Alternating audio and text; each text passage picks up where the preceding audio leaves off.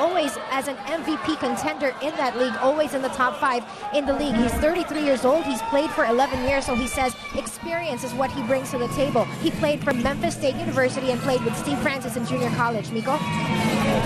Hindi po si Oji Minor ang papalit kay Shawn Daniels, ha? Para lang malinaw. Here's Baguio.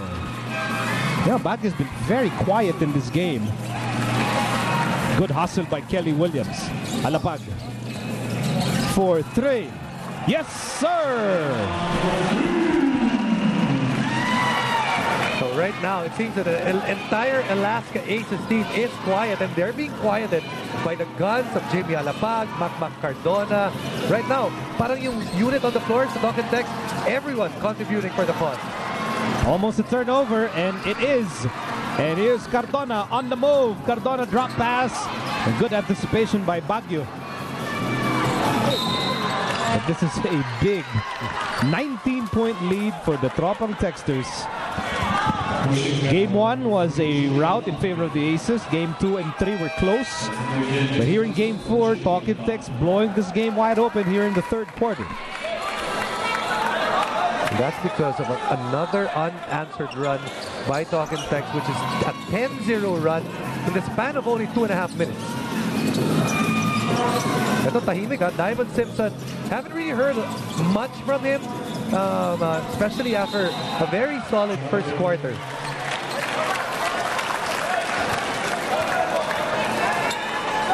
If you just joined us, sakaling kakauwi nyo lang from the office, natapos ang first quarter 2018, just a 2-point lead for Talking Text. Humabol pa yung Alaska para lang dumikit yung laro. The second quarter, lumamang ang Talking Text by more, or at least 14 points. And they led 46-33. But in this third quarter, it's all Talking Text. 60-39. At 30-second timer ito, hatid sa inyo ng Handy Fix, yung first aid ng bahay mo, Bonds All, and Seals All. Right now, itong Talking Text, Tropang Texters, they're doing everything right, it seems. Everything's going their direction. They're sharing the basketball. Not of nice inside passes. They're going for rebounds. In the entire game, they're out rebounding Alaska so far, and everyone contributing. The unit on the floor that started this quarter for them, everyone had a basket. Everyone had a basket. Ngayon, pumasok si Jason Castro. Siya naman ang aasahan ng Talking Text. It's a giant get-together para sa FIBA World Championship. And also follow Team USA with these TV specials on BTV and Solar TV. Back to this game, 5.5 remaining. Dito sa third quarter, Baguio, quiet. Devance, quiet.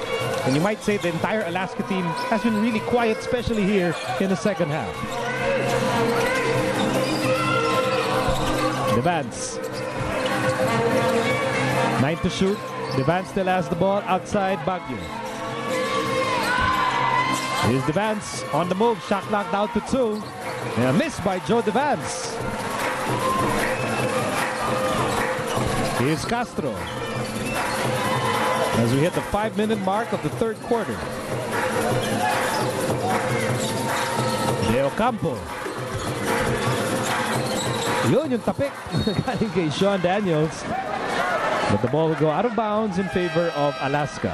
And when you look at the way Talking Text looks right now compared to Alaska, yung Alaska, they almost look like a tired team, it seems. They've lost that spunk in this game, and especially here in the third. They went through that grueling 5-game series against Ginebra, winning Game 5 in such dramatic fashion. And then they dominated Talking Text in Game 1. One can make an argument, Talking Text coming off a long break.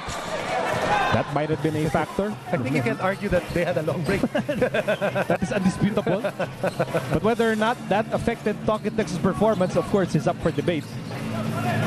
But that's ancient history now. Right now, Talking Text in lethal form as Daniels secures another rebound. In this quarter, Shawn Daniels doing a better job rebounding compared to Diamon Simpson.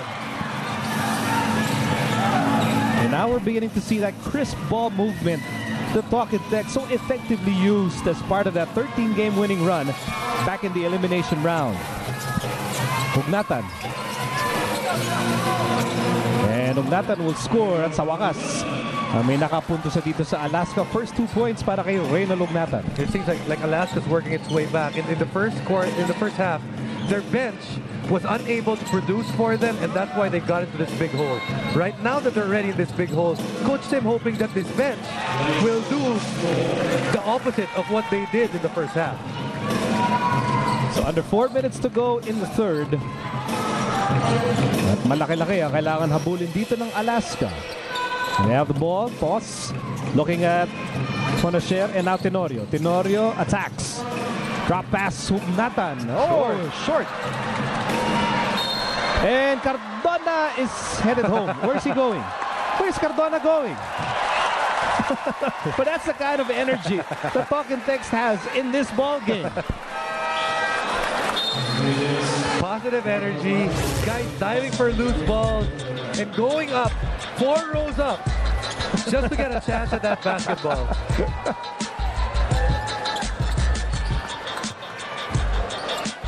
Galing umihilag mo isang bro. Dalang beses nakailag eh. Mark Borboran. Tough shot.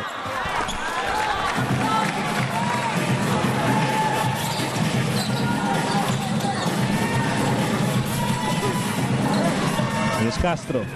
Carry.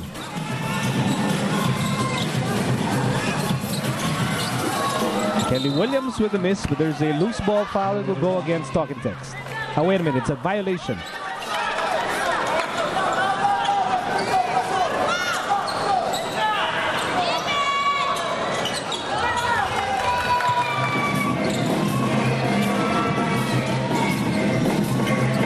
Here's Fonacher and now Borboran. Borboran, it's his first time in the ball game. 2.5 remaining in the third. Here's Ugnatan. Shot clock down to 4. And Tenorio to Ugnatan. Another wild shot. Of course, he took that with his right hand.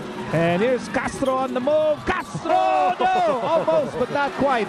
Would have been a magical shot. And here's Borboran to Tenorio. Tenorio, drop pass. Ugnatan again. Foiled. Give credit to Jason Castro, who missed on one end, but didn't give up. It was a fast break opportunity for Alaska. Ran back and spoiled that 3-on-2 situation on the part of the Aces. And Cardona getting a hand from the Talking Text gallery dito sa Cuneta Astrodome. As we enter the last 2 minutes of the third quarter, a quarter that has been thoroughly dominated by the Tropang Texters. Missed by Fonacher, rebound by Simpson.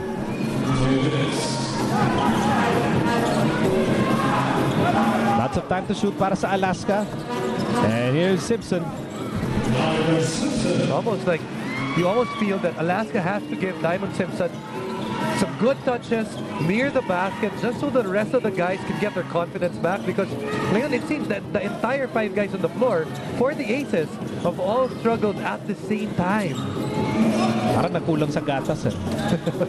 Seem to be lacking in urgency and energy, while Castro and the Tropang Texters continue to pad their lead. Lamang muli sila 64-43. Yung Talking Text naman, laban ang laban.